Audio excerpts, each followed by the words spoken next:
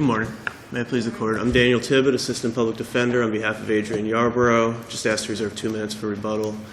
The only issue presented in this case is whether Mr. Yarbrough's conduct constituted improper exhibition of a weapon, which specifically requires the weapon in question, and here it was charged as the spear gun.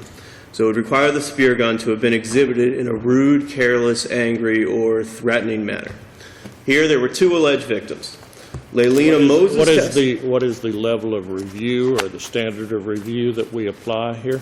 Believe it would be basically it's an abuse of discretion whether the trial court failed to. And taking all reasonable inferences. Yeah, that's correct. This is a jury trial, right?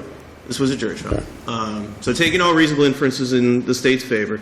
But when we look at the testimony of the victims, the alleged victims in this case, Leilina Moses testified that, and this is a quote, "I can't honestly say if I remember Yarbrough pointing, what she was talking about was a spear gun, pointing the spear gun at me. But I do remember the little one pointing it, and the little one was the co-defendant's, Randy Sharp. And then she was asked directly by counsel whether Yarbrough pointed the spear gun at her, the weapon in question here, and she directly answered no. The other victim was Troy Doan, and Troy Doan also said that the defendant, Mr. Yarbrough, never pointed the spear gun at him. So our argument here is, look, there's no doubt in reading the transcript that according to the statute, you simply have to exhibit it in a rude, careless, angry, or threatening manner, correct? That's right. Exhibit it. Didn't they both participate in trying to charge the spear gun? And I think if this had been charged as... No, I mean by charge, I mean load the spear gun. Wasn't that in the record? I don't think it was clear. I mean, the alleged victims did testify that both of these guys were paddling over there on a canoe, that they were... circling the houseboat. Circling the houseboat. Chop them, throw off with a machete. She ended up getting rid of them by dropping potted plants down from the houseboat onto them. I don't think it was clear, Ms. Hiciano can... well, maybe correct me, but I don't think it was clear that she ever said that she saw exactly what he was. I'm sorry. The question is not whether it was clear, but rather, could one infer from the testimony that Mr. Yarbrough, as well as the other individual, Mr. Yarbrough in this case, exhibited the spear gun, did things with that spear gun that were, as I said, rude and improper and with anger and so on. He doesn't have to point it to him, doesn't have to shoot it. Really, could a reasonable juror determine based on the evidence that this individual was guilty of the charge? Right. Or put it the other way, is it the fact that no reasonable juror could make such a conclusion based on the evidence? I mean, it doesn't have to be a confession. No, but I think... if it hadn't been for her being directly asked, did you ever see him, pointing the spear gun at you, both of them being directly asked that and saying no, I wouldn't be here. But Moses did testify that Yarbrough was trying to assist Sharp in loading the spear gun. That's what she believed that he was trying to do because she saw I understand that, but the jury heard this and they listened to the evidence, and we're not going to reweigh the evidence. And they adjudicated him guilty based on what they heard at trial. Yeah, that's right. So, I mean, my argument is basically just that what the state proved certainly was the defendant's behavior was obnoxious, antisocial, maybe even criminal under some other crime.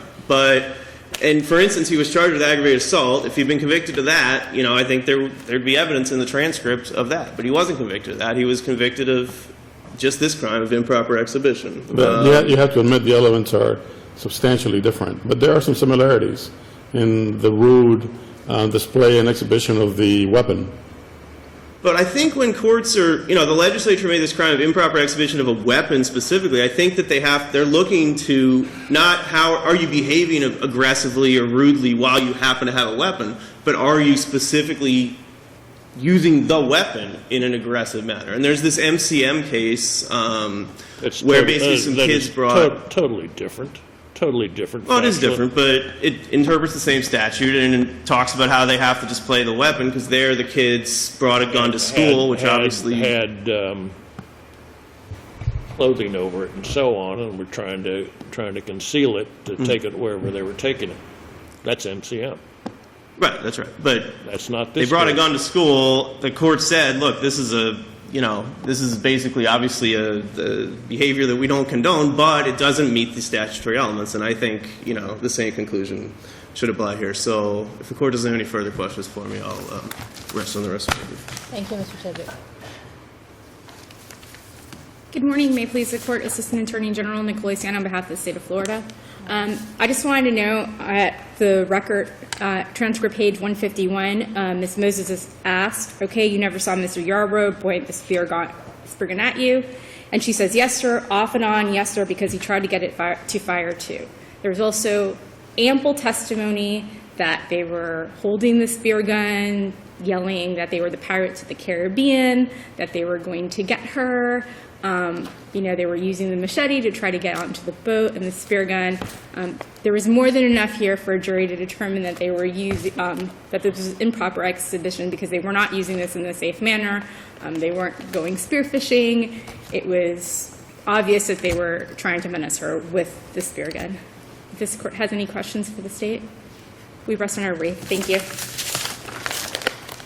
Real quick, after the quote that Ms. Hisiano read, and that was on cross-examination, the defense then, so she does say off and on, yes, sir, because he tried to get it to fire too, and then the defense impeached her with her deposition, and she acknowledged after that she didn't remember if he. But again, it's, one of the jury instructions tells the jury that it's entirely up to them to decide what evidence they believe and what evidence they don't believe. It's a credibility issue, and it's certainly for the jury to make.